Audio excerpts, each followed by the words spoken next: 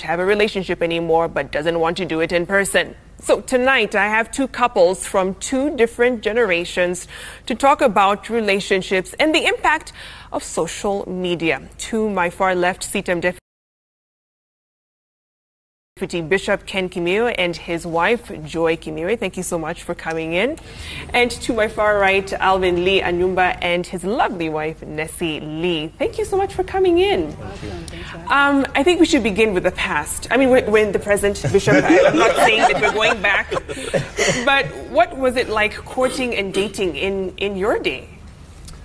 It was interesting. It was lovely. I mean, that is all we had then. Yeah. I would say that, well, looking at it, how it is now and then, you needed to engage with somebody, mundo to mundo, life to life. Yes. And it was an experience where you pursued somebody, you organized where you would meet and how you would be able to meet in person.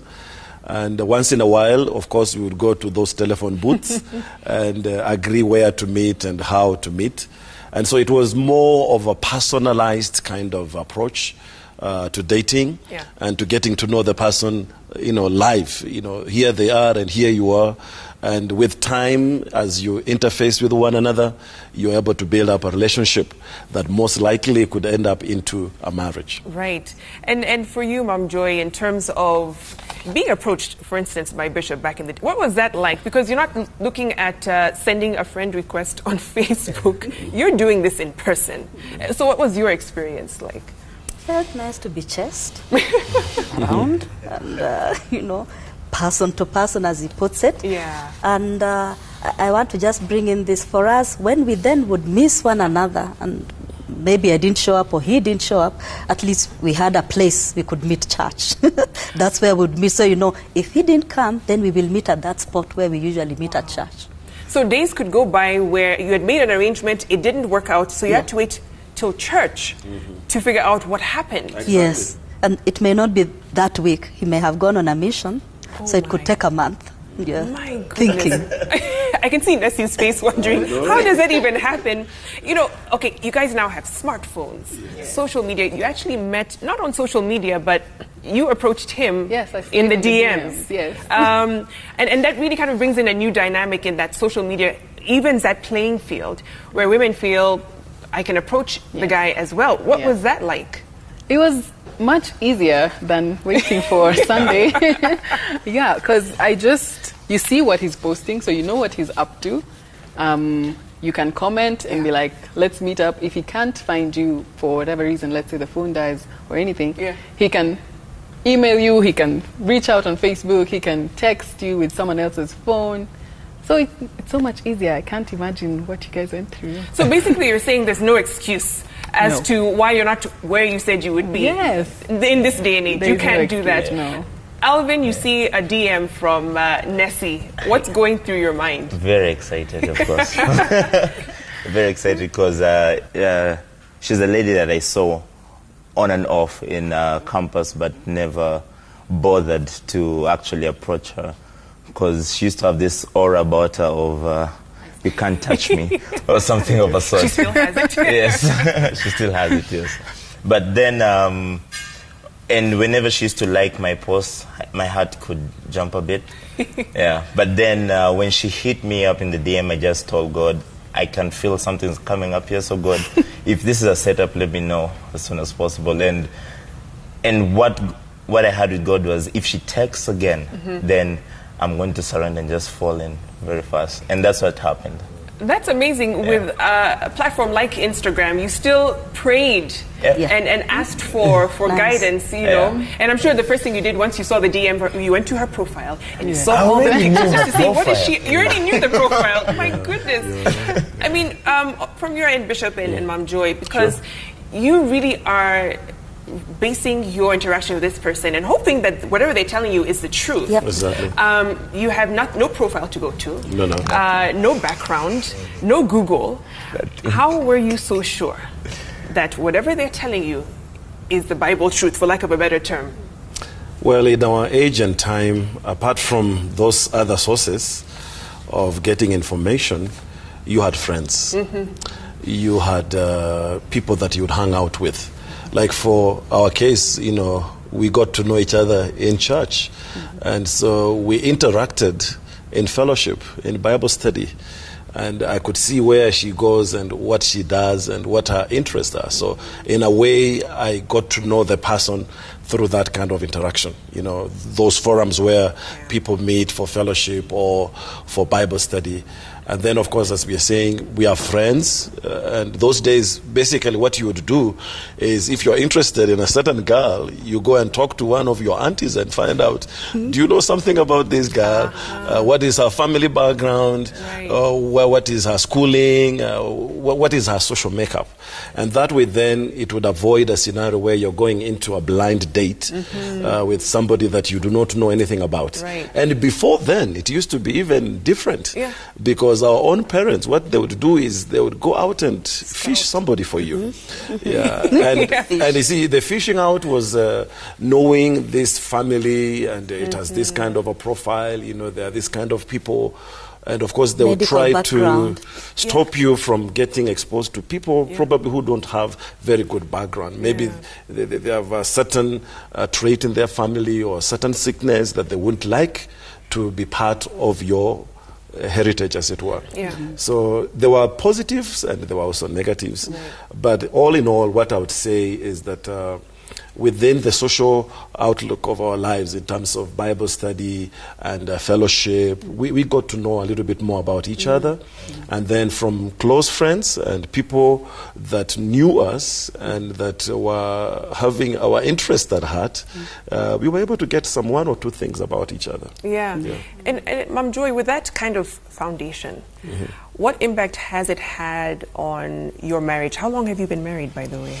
This 27 years coming 27 now. years. And fun fact, we were talking behind the scenes, Alvin happens to be the age that they had been married. So look at that. So what kind of impact did it have, having that kind of foundation and background? You were almost sure, especially because, as you put it, you can't really question, you can't say no, but you said this on Instagram. And you know, what you got is what you believed. There was much more trust then, and rarely, well, at least for us, there was not much of lying here and there, because we are seeing each other. He knows whether I'm interested in going to people's homes when they're in trouble, or whether I just like partying, or, you know, he can see. He can see for himself where I'm involved, what I'm doing. So the impact is that there was, for us, let me not blanket it, more trust, because you believe I'm a Christian, and I've told you this, you see this, that's what you believe. We really relied on God as well.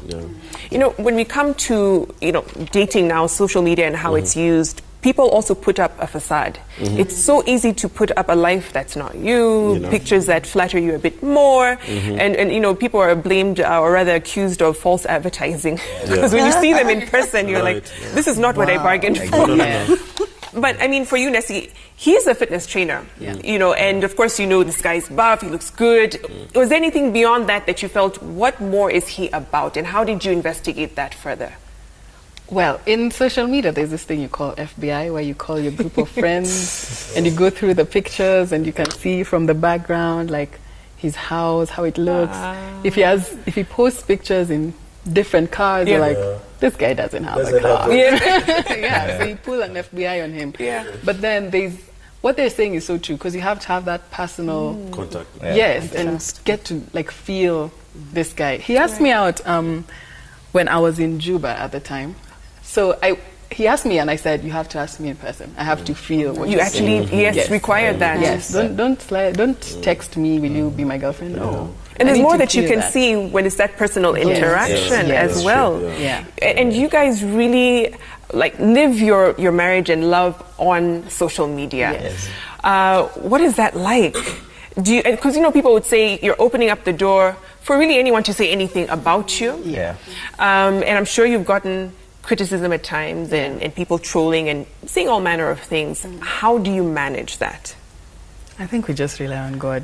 It's our truth. As in, you take it as it is. We are hardly affected by what people think, as long as it's from my experience, when you've shared our truth, that is it. That's how we allow, we don't allow social media to have the power over our relationship and our marriage and our lives. So we're not dragged into putting false life out there. We share what we have. It's real, yeah. That's it. So you're using it more of a tool to help others, and not parading the, because people have also been accused of parading their relationships on social media and IG, and then next thing you know, they're broken up, and you're wondering what happened. So you're living for the gram, as they say, as opposed to really putting in foundationals. What would you say for those watching? They know you from Instagram, they know you from YouTube, but what would you tell them you've put in place to really build a strong foundation for your marriage and your union? Number one is God. We're unapologetic about our relationship with God. That's number one. The second thing is, we feel like this is our calling to, I wouldn't say influence, but to inspire people to believe in marriage, because we're in a place where they're, I don't need no man, I don't want no man. It's, that's the thing. So we're trying to rewrite that story and giving people the perspective of why you should get married. Do you understand what you're doing, getting married or being in a relationship and stuff like that? So we're using it as an inspirational platform for the glory of God. Wow. Yes. Amazing. And Bishop and Mom Joy, I think they're so happy hearing that. I'm curious, on your part, how has social media, if at all, impacted your relationship and just how you carry out your marriage? I think the downside of it is people tend to be too preoccupied with these gadgets. Even things which I can sit down with my wife and talk about. I send her a text. She's there in the kitchen probably doing something, but I'm still sending her a text. I think that's where it becomes a little bit too detaching. Things that people need to talk face to face, understand each other, are being supplemented through the social media. And I keep on saying there are times that we become so impersonal that even when we need to be available for somebody physically, we are sending them a text and telling them, you know what, I'm praying with you. They don't need that. They need somebody to stand there with them. They need somebody, a shoulder to cry on, as it were. Somebody who can let them know, I'm here for you. I understand what you're going through. And so for me, when we substitute that kind of communication through the social media, then we have missed out on the essence of what relationship is all about. Because God created us in such a way that we express ourselves to one another. No wonder the scriptures say, when he looked at the man, he said, it is not good for the man to be alone, which presupposes companionship. Somebody that you can share with, somebody who can believe in you, somebody that you can walk with through in life, somebody who can be there for you. And so for me, the downside of it is when everybody is too busy here that they don't have time to interface with one another. It's interesting because it was created to connect us. Yes. And I was reading a study that talked about you'll find more people are gravitating to public spaces and using their devices there, but they're here, not there. And a lot of times you'll even see couples on a date and they're both on their phones and you're wondering, what is the date about? What's the date about? It's on Instagram. How would you advise younger couples, and even those who are a bit older, maybe baby boomers and Generation X, who are now so addicted to their devices that they're not having those meaningful interactions that Bishop was talking about, Joy? We actually see it quite a bit. And you realize then the relationship becomes superficial. It's really not real. I'm talking to you, but I'm busy talking to someone else at the same time. So I have divided attention. Looking at what is in front of me versus you in front of me, and then I'm not really being real. I'm not being real. I don't intend not to be real, but I'm not being real. And I would maybe just say that if you must go on a date, put your gadgets away for once. Talk to one another. The ones who are shy, who may not be able to talk face to face, then now find their strength in the gadget. Yeah. As you look at the gadget, then you're not looking at the person and asking them questions that would be pertinent, questions that would inform your next step. You're busy even looking at their flashy photos and they're saying, oh, we were here and we were there. And you're not talking about real life situation. Yeah. And speaking of real life, Nessie and Alvin, from what you've observed among your peers, with social media now in play, do you find most are choosing just to use that to approach someone as opposed to doing it in person, or is it hasn't really impacted how people interact, and especially when it comes to courting and pursuing someone? It has. A little bit, yeah. A little bit, A yeah. little bit. Oh, you have a different... Social media has made it so much easier. It has made it so much easier. Like men have become shy. Women are bold behind the phone. Yeah. Or if it's writing letters like we used to do in high school. Because we have experiences whereby on the phone they're so bold and everything, one-on-one, there's nothing to say. That's interesting. What happened?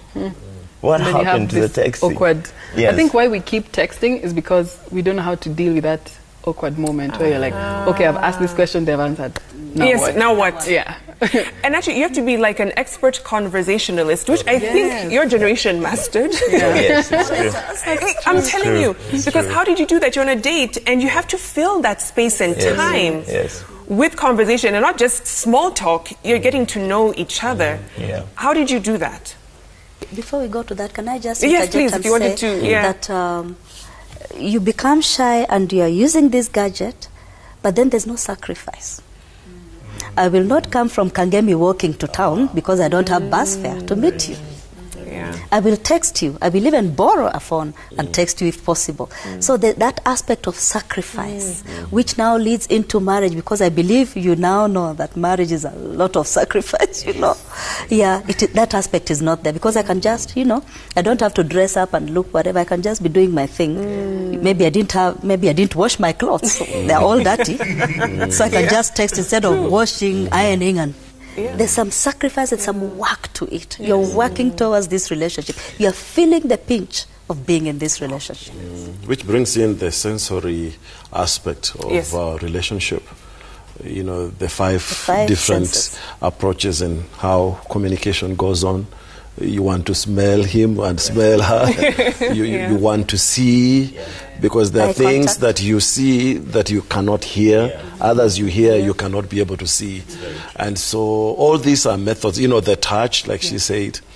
The good thing about that physical approach to engagement is that you are able to see the real thing in real time.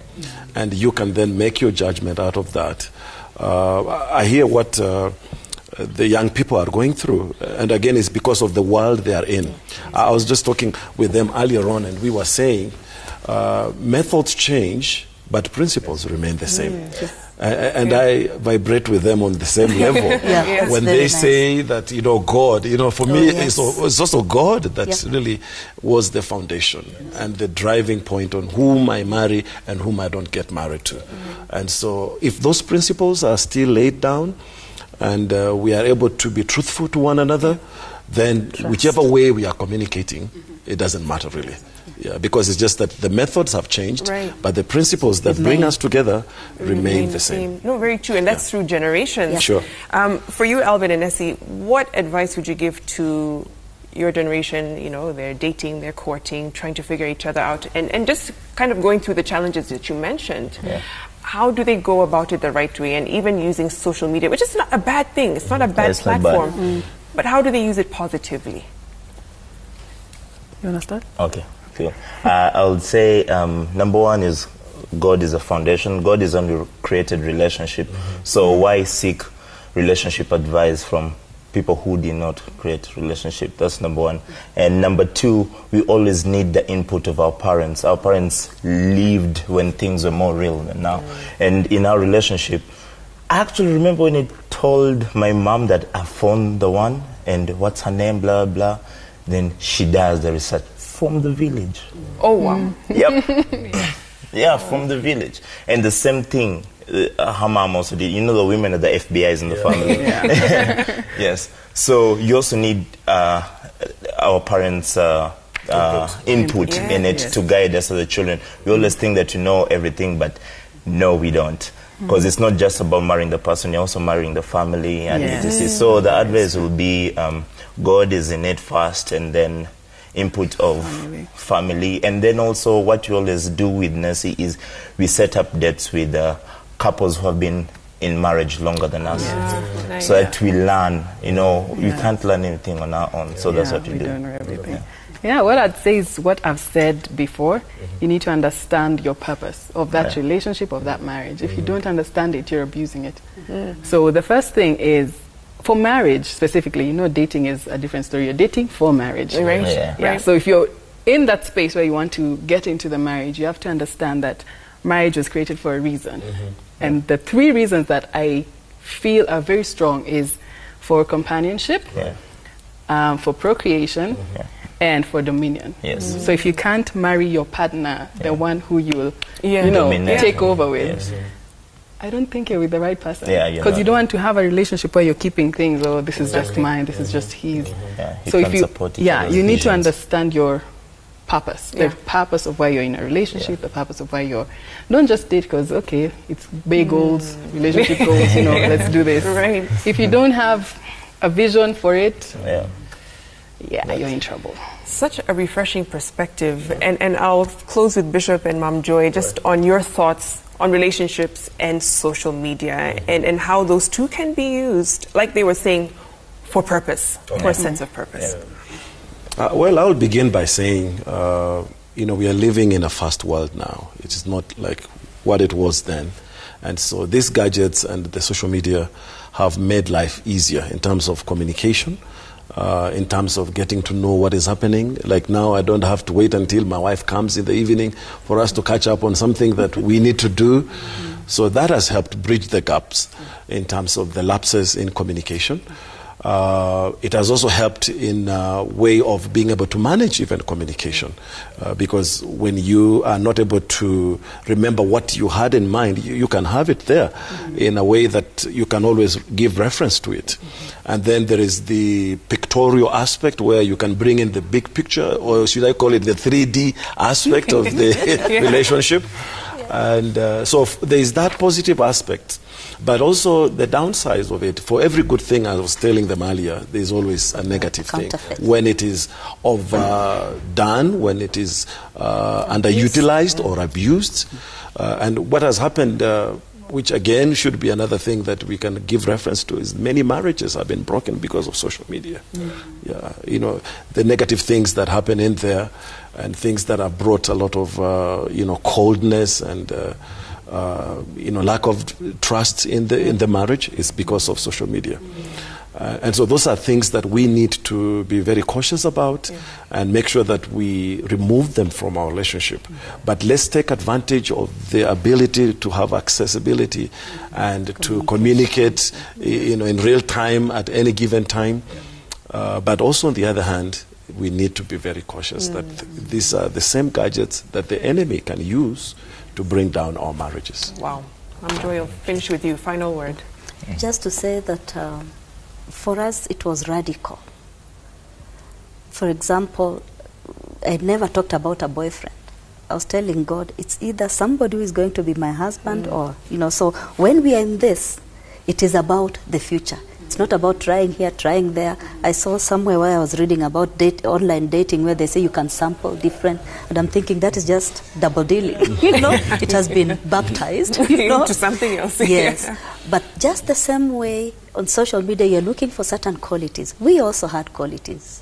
We may be old school, but you're saying, I'm looking for a godly man. I'm looking for somebody in this profession. I'm looking for this. Even the physique, you know. So the principles indeed remain the same. As he says, there's the downside and there is the pro. We have pros and cons. But we can use this to the glory of God. You can communicate better, you can get one another better, but we need to mix the two. So that after texting, can we then meet, put our phones aside, and talk real time. Yeah, that's what I would say. Yeah. Amazing. Thank you so much, Alvin, Nessie, Bishop, and Mom Joy for your time. And it's amazing. 2 different generations, but you come and meet at the middle when it comes to principles, which I think is a take-home for all of us tonight. Thank you so much for watching. Have a wonderful evening. Let's do this again next week.